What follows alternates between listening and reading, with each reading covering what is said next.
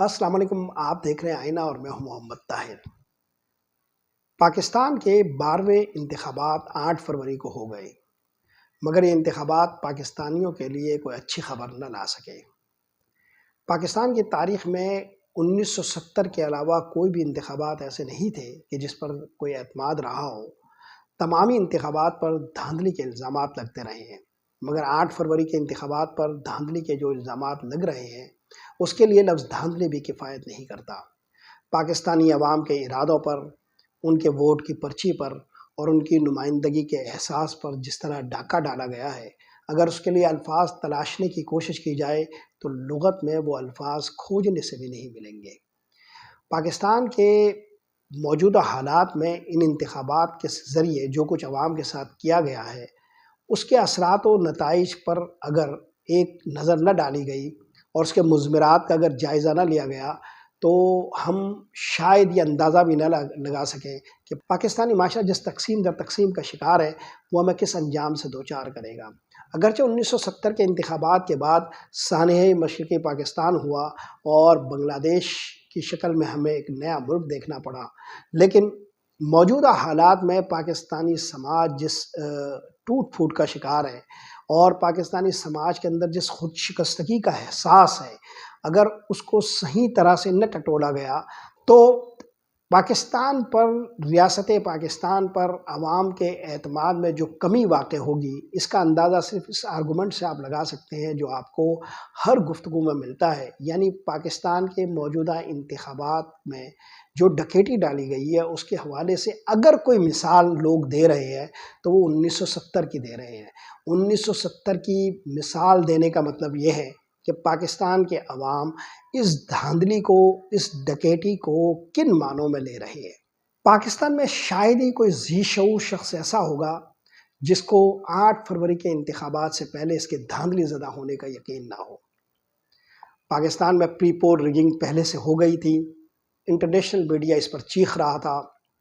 پاکستان کے مرکزی ذرائع ابلاغ جو جرائم میں شراکت دار بن چکے ہیں اور ایک مخصوص مافیا کا حصہ بن کر، سیاسی مافیا کا حصہ بن کر پورے ملک کے اندر صداقت کا ایک طرح سے قتل عام کر رہے ہیں، ان ذرائع ابلاغ سے تو کوئی توقع نہیں تھی کہ وہ پاکستان کے اندر ہونے والے خاص بہاؤ میں دھاندلی کے ان اقدامات کو جو انتخابات سے قبل ہو رہے تھے اس کو عوام کے سامنے لاتے، لیکن سوشل میڈیا کے ذریعے اور متوازی ذرائع ابلاغ کے ذریعے یہ سارے حقائق عام آدمی تک پہنچ چکے تھے۔ ہر آدمی ایک ٹی وی چینل، ایک موبائل کی صورت میں اپنے ساتھ رکھتا ہے، وہ خود اپنے ان واقعات کو جو اس کی آنکھوں کے سامنے ہو رہے تھے اس کو رپورٹ کر رہا تھا، اور 8 فروری سے پہلے ہی ہم سب کو یہ پتہ چل گیا تھا کہ پاکستان کے انتخابات کیا ہونے جا رہے ہیں۔ میں نے آپ کو 8 فروری کے انتخابات سے پہلے ہی ممکنہ طور پر جو دھاندلی کے منصوبے تھے اس سے جو اعداد و شمار مرتب کیے گئے تھے اس کی ایک جھلک دکھائی تھی۔ نہ صرف یہ کہ مسلم لیگ نون کتنی نشستیں لینے والی ہے بلکہ پیپلز پارٹی کو کیا نشستیں ملنے والی ہے، اس کے علاوہ کراچی میں دھاندلی کا جو منصوبہ تھا اس میں کس طرح ایک گفتگو ہو رہی تھی جس میں ایم کیو ایم 14 نشستوں پر اصرار کر رہی تھی اور انہیں 10 نشستیں لینے پر اکتفا کرنے کا کہا جا رہا تھا۔ مگر جب 8 فروری کے انتخابات آئے تو دھاندلی کے معاملے میں یہ رویہ عجیب و غریب طور پر پلٹ گیا۔ پاکستان میں 8 فروری کے انتخابات سے قبل دھاندلی کا جو منصوبہ تھا وہ صرف اسی صورت میں رکاوٹ کا شکار ہو سکتا تھا جب عوام بڑی تعداد میں اس میں شرکت کرتے۔ اس کا یقین پاکستان میں کسی کو بھی نہیں تھا اور اس کا پورا بندوبست جن لوگوں کو بھی دھاندلی کرنی تھی انہوں نے کر لیا تھا، یعنی پری پول ریگنگ میں انہوں نے یہ منصوبہ شامل کیا تھا کہ کس طرح لوگوں کی کمیونیکیشن لائن کو ختم کرنا ہے، کس طرح موبائل پہ بندش لگانی ہے، کس طرح خوف کا ایک ماحول پیدا کرنا ہے، کس طرح 8 فروری کے انتخابات کو مشکل سے مشکل تر بنا کر رکھنا ہے، کس طرح ایک عام آدمی کے لیے پولنگ بوتھ پر جانے کو مشکل سفر بنا دینا ہے۔ یہ سارے بندوبست کر لیے گئے تھے، لیکن پاکستان تحریک انصاف کے قائد اور قیدی نمبر 804 کو یہ یقین تھا کہ اتنے بڑے شرح تناسب کے ساتھ یہ ووٹ پڑیں گے کہ یہ سارا منصوبہ دھرے کا دھرا رہ جائے گا۔ ووٹوں کے ایک بڑے شرح تناسب نے دھاندلی کے پورے منصوبے کو تہس نہس کر دیا۔ جو لوگ جن صوبوں میں جس طرح کی منصوبہ بندی کر کے بیٹھے ہوئے تھے وہ ایک بڑے شرح تناسب نے پورے کھیل کو اس طرح بگاڑا کہ ان کے پاس جو اعداد و شمار تھے، جو آنکڑے تھے، وہ سب اتھل پتھل ہو گئے۔ اس کے نتیجے میں منصوبہ رات گئے تبدیل کرنا پڑا۔ طے تو یہ تھا کہ مسلم لیگ نون 100 نشستوں کے آس پاس رہے گی، لیکن جب یہ بڑے شرح تناسب کے ساتھ پی ٹی آئی، جس کے بارے میں یہ خیال کیا گیا تھا کہ انہیں 30 سے 40 نشستوں تک محدود رکھنا ہے، جب ایک بڑے مارجن کے ساتھ وہ فتح سے ہمکنار ہو رہے تھے اور تقریباً 175 سے زائد نشستوں پر وہ لیڈ لے کر وہاں تک پہنچ گئے تھے کہ باقی پولنگ اسٹیشنز پر تمام کے تمام ووٹ اگر ان کے مخالف امیدواروں کو پڑتے تب بھی پی ٹی آئی کا امیدوار کامیاب ہو جاتا، یہ یقین منصوبہ سازوں کو ہو گیا، تو پھر پورا کھیل ہی تبدیل کر دیا گیا۔ یعنی پولنگ اسٹیشن کے جو نتائج پریزائڈنگ آفیسر کے ذریعے آر اوز تک پہنچ رہے تھے، ان نتائج کو روک دیا گیا اور سرے سے یہ کہا گیا کہ ہمیں ابھی تک نتائج نہیں ملے۔ میں ایسے کچھ پریزائڈنگ آفیسر سے کم از کم کراچی میں آگاہ ہوں جن کا یہ کہنا تھا کہ ہم نتائج دے رہے تھے مگر وہ لے نہیں رہے تھے، اور جنہوں نے لے لیے تھے وہ مان نہیں رہے تھے کہ ان تک نتائج پہنچ گئے تھے۔ ایسا کیوں تھا؟ یہ ایک بڑے منصوبے کا حصہ تھا۔ رات گئے جب نتائج آنا شروع ہوئے تو پی ایم ایل این کے حلقوں میں ایک سراسیمگی پھیل گئی تھی۔ اگرچہ میاں نواز شریف صاحب ایک وکٹری اسپیچ اپنی جیب میں لے کر بیٹھے ہوئے تھے، ان کے تقریر نویس نے ان کو پہلے سے ہی ایک تقریر تھما دی تھی، اور ایسا اس لیے تھا کہ یہ سارا کھیل الیکشن کے ذریعے طے نہیں ہونا تھا بلکہ الیکشن سے پہلے ہی طے ہوا تھا۔ یعنی کب کس کو کیا کرنا ہے۔ اداکاروں کی طرح کام کرنے والے یہ سارے کریکٹرز اپنے اپنے وقت پر ادا کرنے کے لیے جب باہر نکلے تو انہیں اندازہ ہوا کہ باہر کی زمین تو مختلف ہے۔ نواز شریف صاحب وکٹری اسپیچ کے لیے تیار تھے، مگر جب یہ نتائج کا ٹرینڈز پتہ چلا تو وہ اپنے پولیٹیکل کیمپ سے اٹھ کر جاتی عمرہ چلے گئے۔ تقریر ان کی جیب میں ہی رہی اور پولیٹیکل کیمپ کے کمکمے بھی بجھا دی گئے، روشنیاں بھی اس کی ماند پڑ گئی۔ کارکنان پی ایم ایل این کے سیاسی کیمپ سے گھروں کو جانے لگے اور ایک مایوسی کی فضا تھی۔ ایسے عالم میں چیف الیکشن کمشنر 4 گھنٹے کے لیے اپنے دفتر سے غائب ہو گئے۔ 8 فروری کے انتخابات کے بعد جب انتہائی کروشل یہ ٹائم تھا، انتہائی نازک یہ لمحات تھے، ان لمحات میں چیف الیکشن کمشنر 4 گھنٹے کے لیے اپنے دفتر سے غائب ہو گئے۔ یہ وہ وقت تھا جب کچھ نتائج بالکل ایکسپوز ہو چکے تھے اور واضح ہو چکے تھے، جب کوئی رد و بدل نہیں ہو سکتی تھی۔ چنانچہ اس ٹرینڈ کو نہیں چھیڑا گیا، مگر باقی نتائج کو منصوبے کے برخلاف بری طرح ادھیرا گیا۔ یعنی کراچی میں یوں تو 10 سے 12 نشستیں ایم کیو ایم کو ملنی تھی، مگر جب دیکھا کہ پورے ملک میں پی ایم ایل این کا اور باقی جماعتوں کا تقریباً ستیہ ناش ہو گیا ہے، تو یہاں پر ایک بھی سیٹ دوسری جماعت کو نہ دینے کا فیصلہ ہوا تاکہ حکومت سازی کے لیے جو اعداد و شمار انہیں چاہیے تھے وہ کسی طرح پورے کیے جائیں۔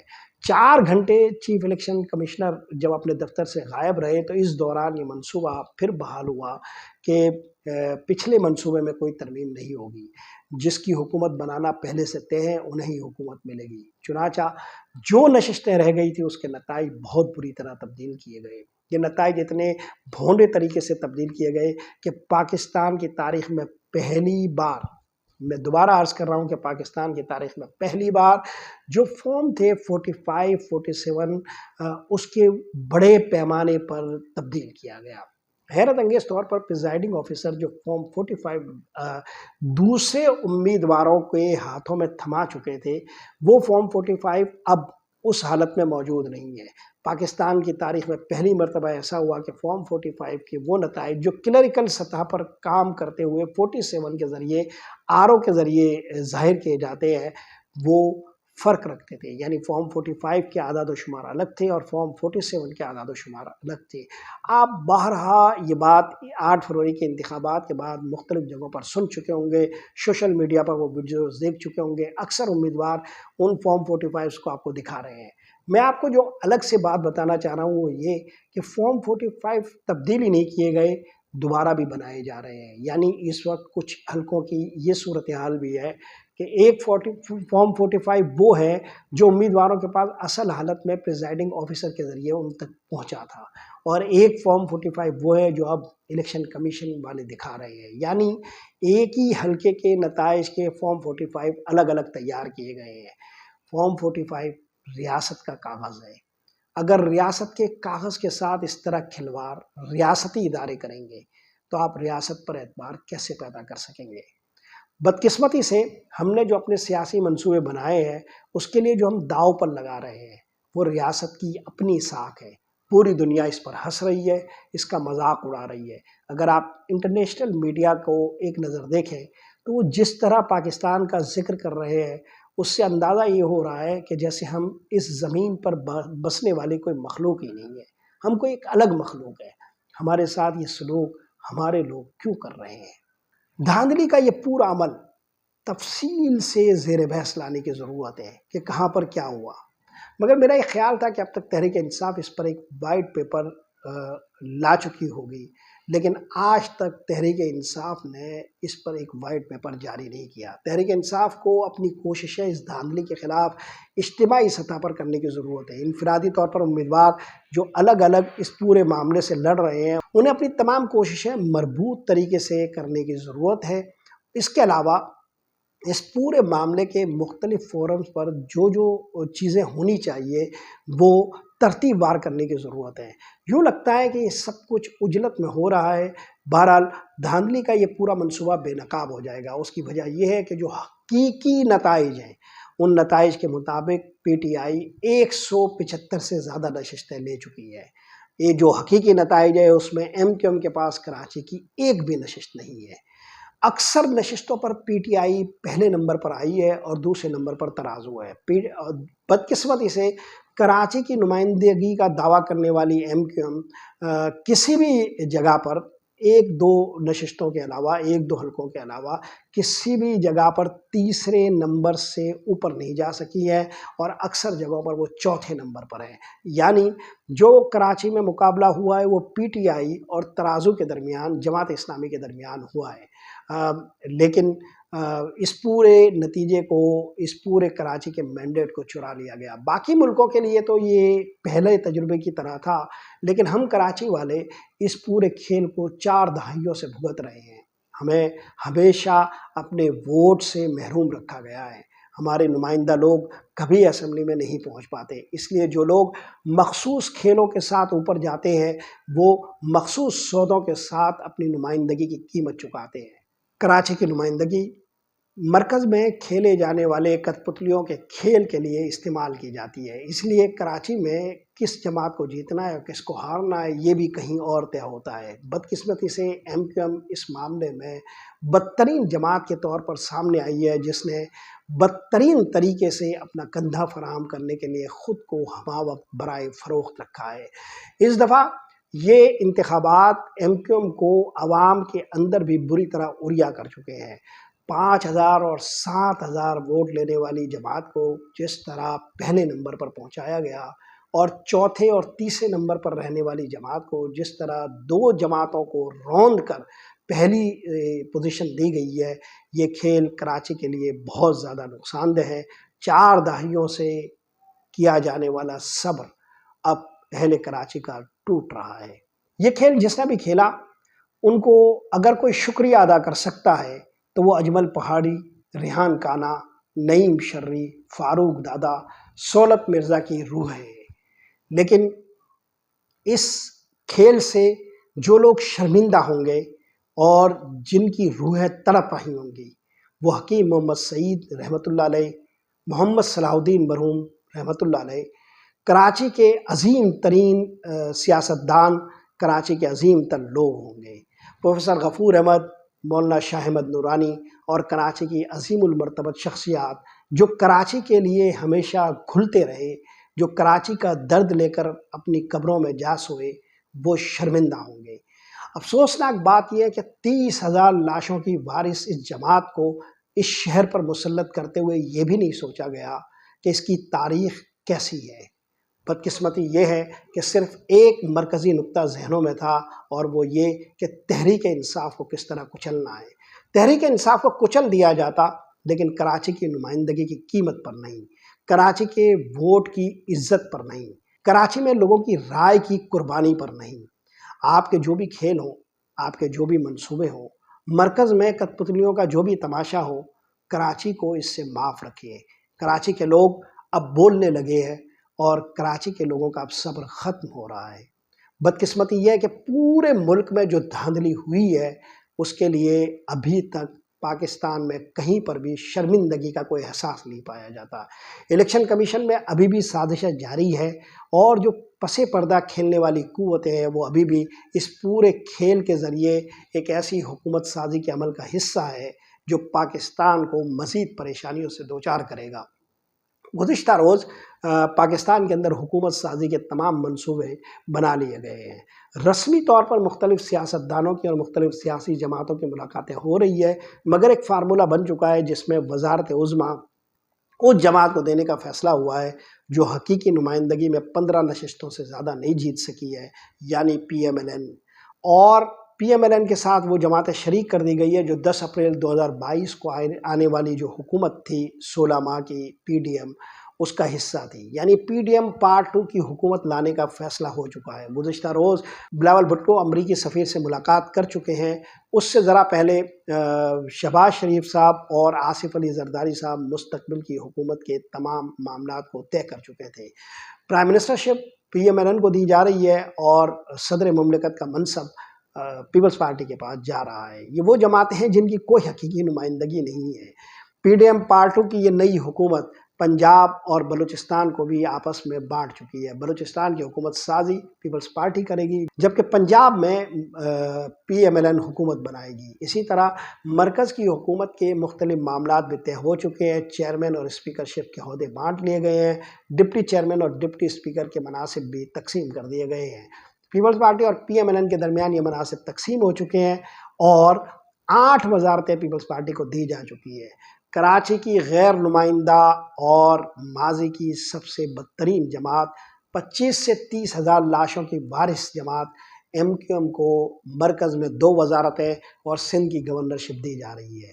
گویا یہ سارا کھیل لیا گیا ہے، لیکن اس میں ایک رکاوٹ ہے اور وہ رکاوٹ ہے اڈیالہ جیل کا قیدی نمبر 804 جو جبل بن کر کھڑا ہے، جو جبر کے کسی بھی ہتھ کنڈے کے سامنے سر جھکانے کو تیار نہیں ہے۔ ذرا یاد کیجئے 2013 کے انتخابات میں یہ شخص صرف 4 نشستوں کو 4 حلقوں کو کھولنے کی بات کر رہا تھا۔ وہ بتا رہا تھا کہ کس طرح دھاندلی ہوئی ہے اور 4 حلقے کھولے جائیں۔ اس وقت پورے ملک کو یقین ہی نہیں تھا کہ دھاندلی ہوئی ہے اور وہ جن حلقوں کی بات کر رہے تھے اس پر تو بالکل بھی یقین نہیں تھا۔ مگر 2013 سے 2018 تک اس نے سڑکوں کو گرم رکھا اور اپنے اس موقف پر تمام حکومت کے اہلکاروں کو مجبور کیے رکھا۔ وہ شخص جس کے 4 حلقوں کے موقف پر لوگوں کو یقین بھی نہیں تھا اور اس نے پورے ملک میں ادھم مچا کے رکھا تھا، اس کی 75 سیٹوں کو نگل لیا گیا ہے اور پورے ملک کو یقین ہے کہ یہاں دھاندلی ہوئی ہے۔ تو کیا وہ شخص ٹھنڈے پیٹوں اس کو برداشت کرے گا؟ بس یہی اس پورے کھیل اور منصوبے میں رکاوٹ ہیں۔ اس کھیل کے حوالے سے کچھ اہم ترین معلومات بھی ہے، اس پر میں الگ ویلاگ کروں گا۔ آج کے لیے یہی کچھ۔ محمد طاہر کو اجازت دیجیے۔ اللہ نگہبان۔